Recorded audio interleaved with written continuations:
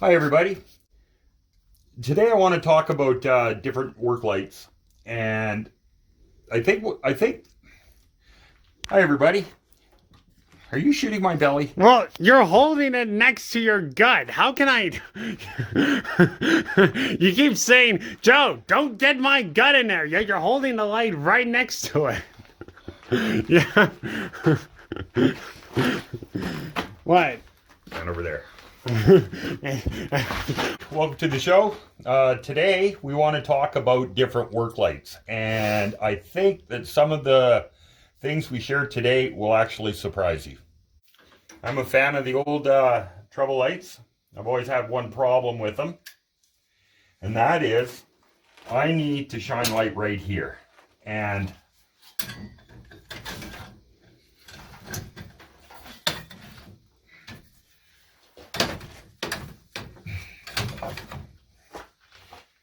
this is a different setup than most people would try to hang a trouble light. But the fact is it seems to me, wherever you go with this style of trouble light,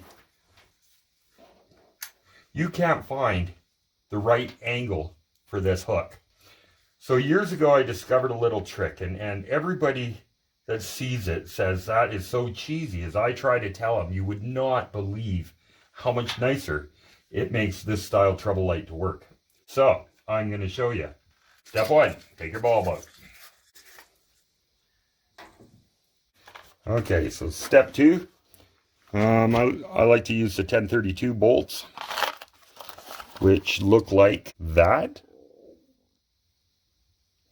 Okay, and the next thing we need to do is we need to make them shorter. So, for shortening little bolts like this, I like to use my wire crimping tool.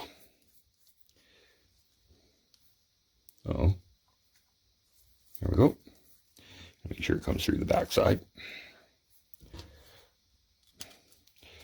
Crank it into your desired length and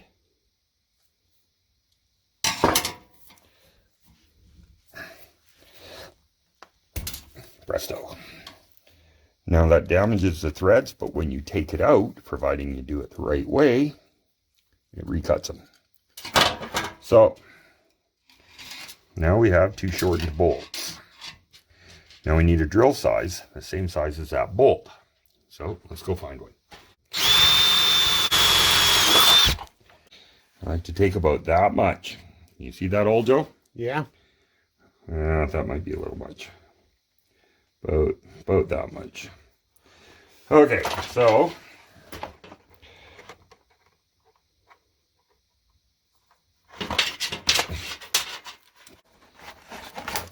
this end I am going to clean up a bit just because it's going to be out in public.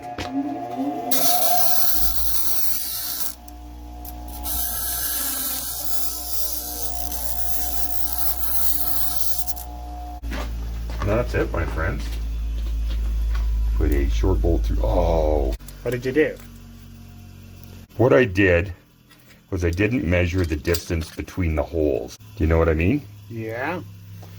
So my hole's in the wrong spot. That doesn't sound like you at all. No. So the next rule is don't let old guys do it for you. They tend to forget things. Measure twice, cut once, right? Yeah.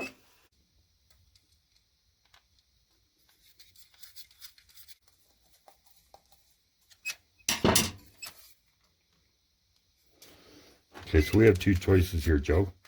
We can drill this hole bigger or drill a new hole. What do you think? Well, wouldn't drilling a new hole be easier? 6 of one, half a dozen of the other. I think I'm going to drill a new hole like this.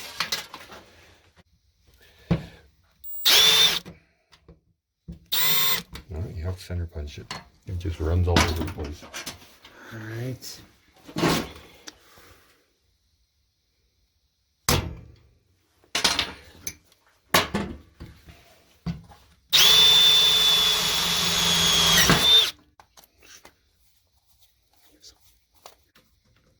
Some people might think that washers would be good here, but on the top side, the strapping actually acts as its own washer. And on the bottom side, You want the corners of the nuts to actually bite into the metal a little bit, and that way, because it's slightly curved, that way it never they never come loose. So that's it. Make sure you get your mistake hole in the right spot. We put our light bulb back in.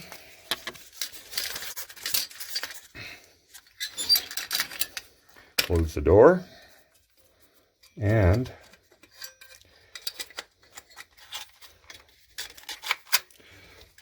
once this gets shaped once, it usually works pretty good. And there you go. That's it. So now you get full use of the original hook. Whenever that doesn't work,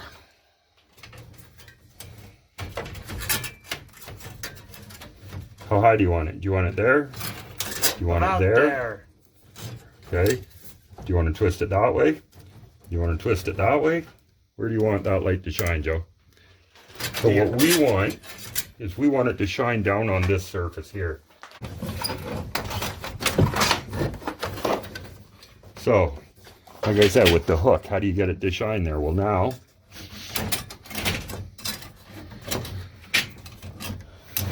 anywhere you want that light to shine, you can now shine it. That works really well under vehicles. It works well in attics. It works well in ceiling spaces, crawl spaces. I know that these lights are getting out of fashion because of the LEDs and the battery ones, and we have one of those too. But this one here, you never have to worry about batteries. These lights have been around for 100 years, well, maybe 50, 60 years, because they're tough, reliable, they work good, except they're hard to point. Well, a little piece of strapping like that, and when you use this light where you don't need it to be extra fancy hooky,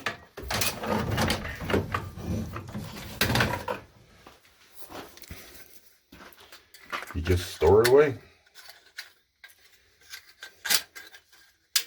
And that's it. Okay, so when you're purchasing these, there's just a couple things. Where are you going? Well, you're telling me my not. Video. Well, you're wrecking your video. You're telling me not to get your belly, but you're holding the light right here. All you need is this. You don't need this. You need this. I'm trying to center the shot. Okay. I am a visionary. Okay. Okay, so when you're purchasing these, there's a couple things you have to look out for. One is do not get the ones with the plastic guard. In a very short time, they tend to crack and break, and then the whole thing's really garbage. This one here, you can drop it, you can step on it, you can always bend it back into shape and make it functional. Make sure you get the one with the plug-in, and that's important for two reasons. Not only is it handy to have a plug-in, but when they put the plug-in in, you'll find that they're actually a little more expensive, and it's because if you're only running a light bulb in here, these things only have to be good for 100 watts at the very max. But as soon as you put a plug-in in, I could be plugging a 6-amp drill or an 8-ounce angle grinder or anything into here. This has to be built strong enough to handle that extra draw of power. So those are basically the two things. Cord length, they come anywhere from 15 to 50 feet. So whatever, however big your shop is or wherever you plan on working, that's your choice. So, I mean, we do have one of the LED ones with the magnet on it, and I know this one's really small, but it does provide an amazing amount of light. We went with the really small one because it's just so much easier to get in places. When you magnet it to something, you're less likely to bump it and knock it off. And so of these lights, I would strongly recommend the little ones. They're awesome.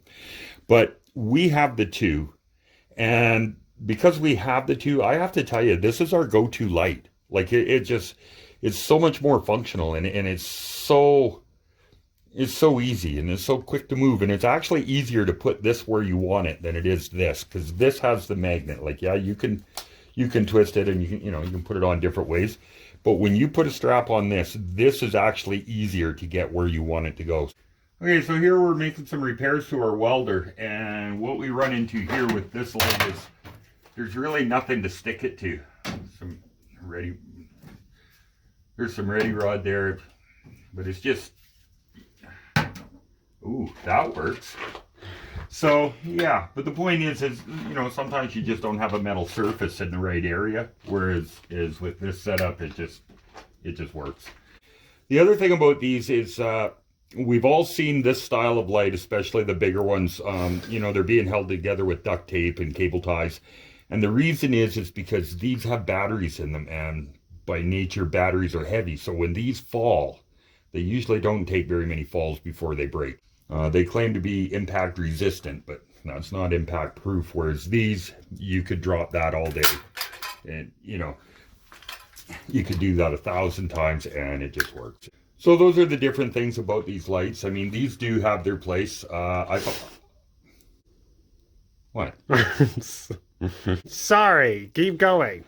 I do find these nice that you can, you know, stick it under the hood of a car. These do give a fuller spectrum of light. They kind of light up the whole area, whereas these tend to, you know, they have a limited, these have a limited spectrum. What do you call that? Radius or that a limited spread. I don't. These ones have Range, you mean? Like these ones kind of have a limited spread. We'll go with that. These things are actually getting a little hard to find in hardware stores and places like that. Like they're all going to far more fancy lights, and even when you do find them, they're plastic. Most of them don't have the plug-in. I'll put a link below where you can get one on Amazon. But so okay, that's what I have to say about these lights. Okay, so we got our handy dandy trouble light that we just fixed our end on it. And ironically, the first time we need to use this trouble light, we're not going to use our fancy dancy end. Today is Joey's rite of passage day. Today, you have earned the right to apply a sticker to the toolbox.